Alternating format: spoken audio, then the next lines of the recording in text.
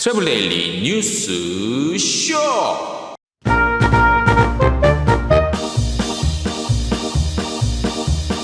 관광기업 혁신 바우처 지원 사업이 시작됩니다. 142개 기업 대상으로 약 50억 원 규모의 바우처가 지급됩니다.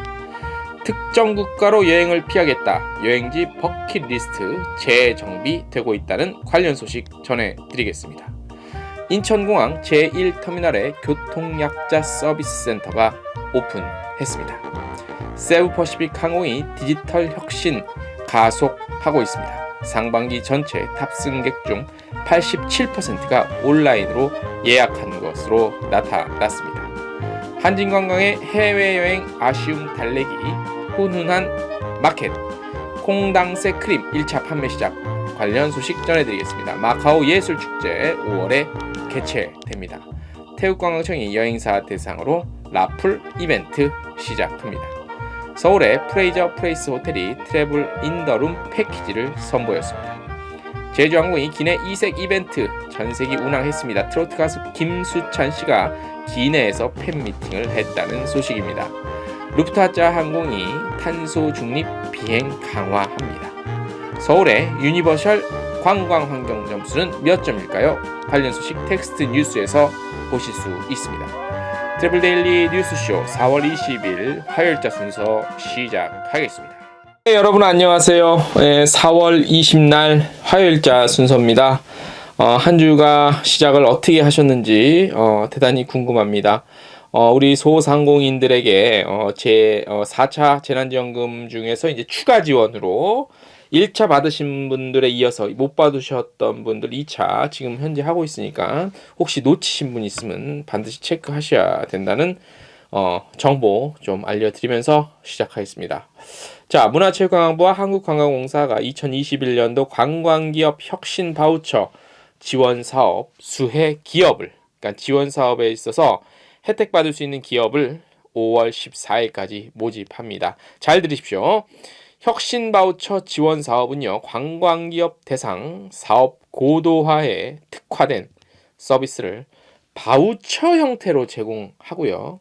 이를 통해서 기업의 혁신 활동을 통한 성장 기반 구축 지원을 위해 지난해 처음으로 시작이 됐습니다.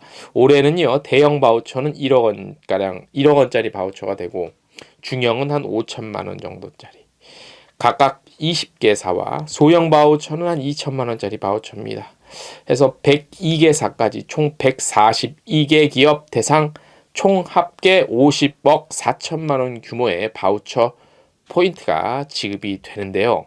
요 바우처 포인트는요, ICT 그리고 관광의 융복합을 통한 스마트 관광 사업 발굴, UX가 아니라 UX UI 개선, 유저 인터페이스 뭐 이런 거 있잖아요.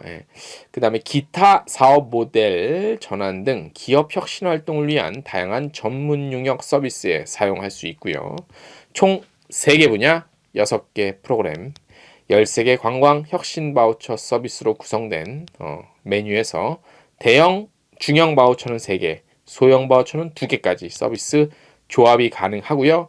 바우처 포인트는 오는 11월 30일까지 사용 가능합니다.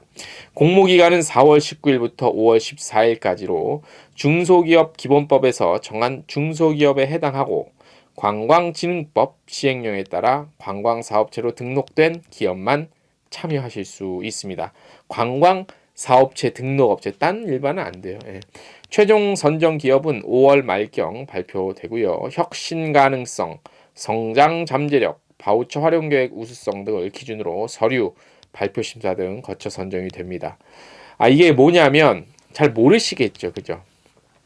공모전이야. 공모전인데 바우처 형태로 이만큼 액수에 가는 걸 준다는 거야. 그래서 이걸 받으면 그 자사의 어떤 스마트 관광 관련한 뭐 개발 이런 데 돈이 들어갈 거 아니에요.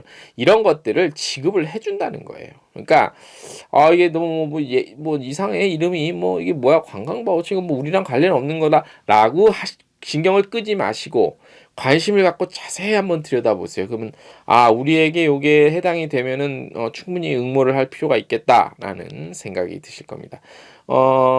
뭐죠? 그 관광기업체의 부담을 좀 덜어주기 위해서 선정기업 대상으로 자부담금 납부 대신 이행보증보험 가입으로 대체를 한다고 합니다. 자, 이렇게 설명을 드렸는데도 잘 모르겠다. 그러면 혁신바우처 사업 홈페이지가 있어요. 지금 자막에 나가는 곳 또는 한국관광공사 홈페이지 공모란에서 확인할 수 있어요. 공모 신청은 혁신바우처 사업 홈페이지에서도 가능합니다.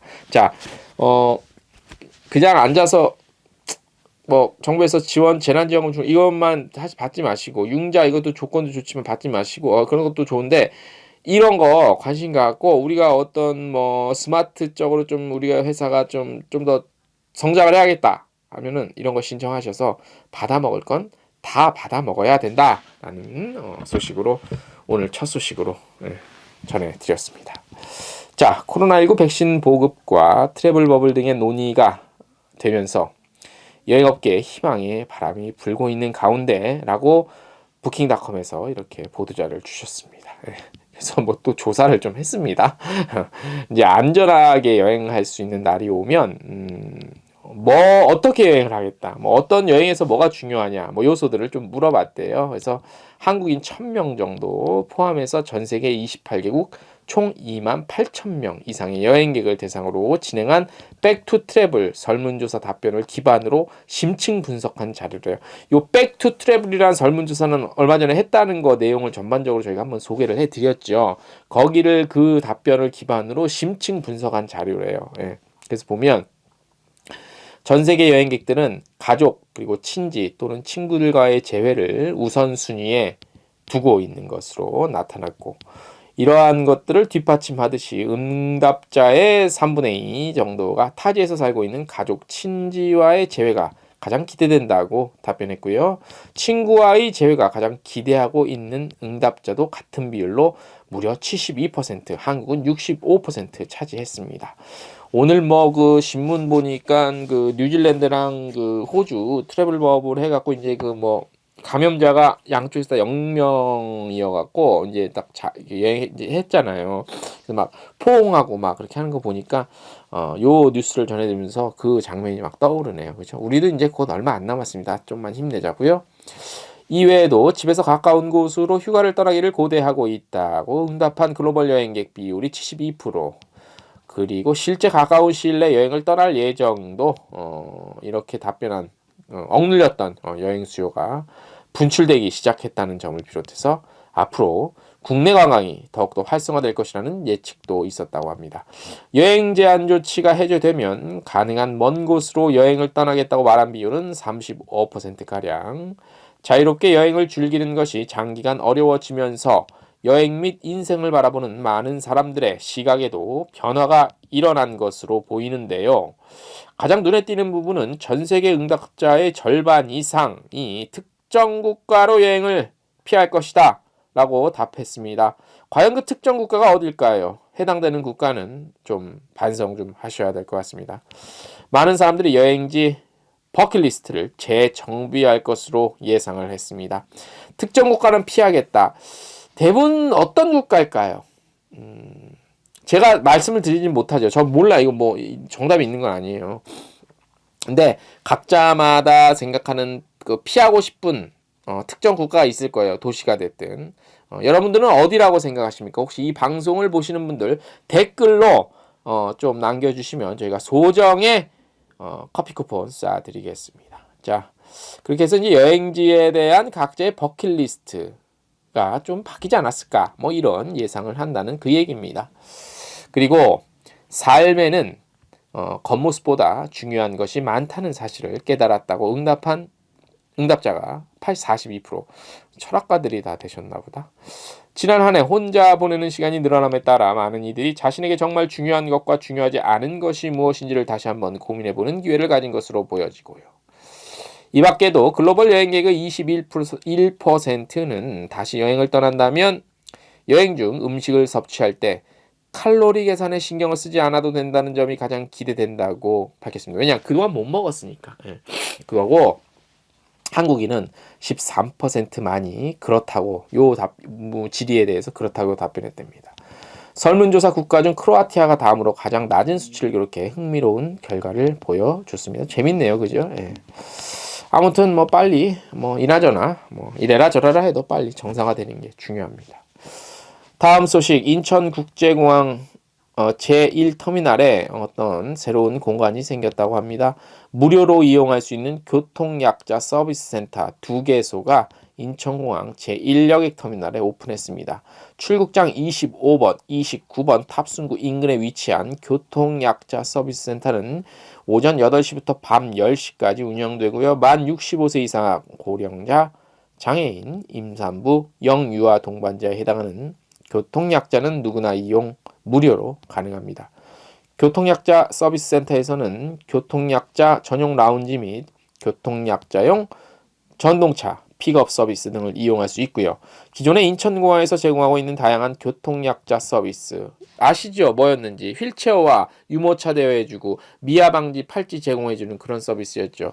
이런 거 역시 원스톱으로 이용할 수 있어서 편의를 좀 더했습니다. 그래서 그 혹시 이제 연로하신 우리 이제 정상화되면 우리 어린이 동반하신 가족 여행객들이나 이제 연로한 부모님들 동반한 보신 분들은 이런 데 가서 충분히 좀 쉬었다가 이렇게 이동해도 되니까 참고하시고요. 인천국제공사는 사회복지사와 요양복지사 등 전문성을 갖춘 자원봉사 인력을 서비스 센터에 배치했대요. 그래서 어떤 좀 더 전문적인 서비스도 받을 수 있다고 합니다. 대한민국 선진국이야. 그죠? 이런 거 보면. 예? 자, 세퍼 뭔지 알죠? 세우 퍼시픽 항공. 새로운 시대에 탑승객 편의를 위해 디지털 혁신의 속도를 내고 있다고 합니다. 이는 바로 고객 서비스를 지속적으로 개선해 나가겠다는 약속에 따라서 팬데믹 이전부터 진행해온 계획이라고 하는데요. 현재까지 온라인 예약과 체크인 편의성의 향상, 고객 스스로 관리 가능한 예약 기능, 그 다음에 챗봇 개발 등 전반적인 성과가 이루어졌다고 합니다. 재밌는 게요. 2021년 올해 상반기에는 전체 탑승객 중 87%가 세퍼 웹사이트 통해 직접 항공권 예약을 했답니다. 아직 상반기 끝나지 않았는데 그죠? 그리고 67%의 탑승객이 온라인으로 항공권 일정 변경했다고 하네요. 예.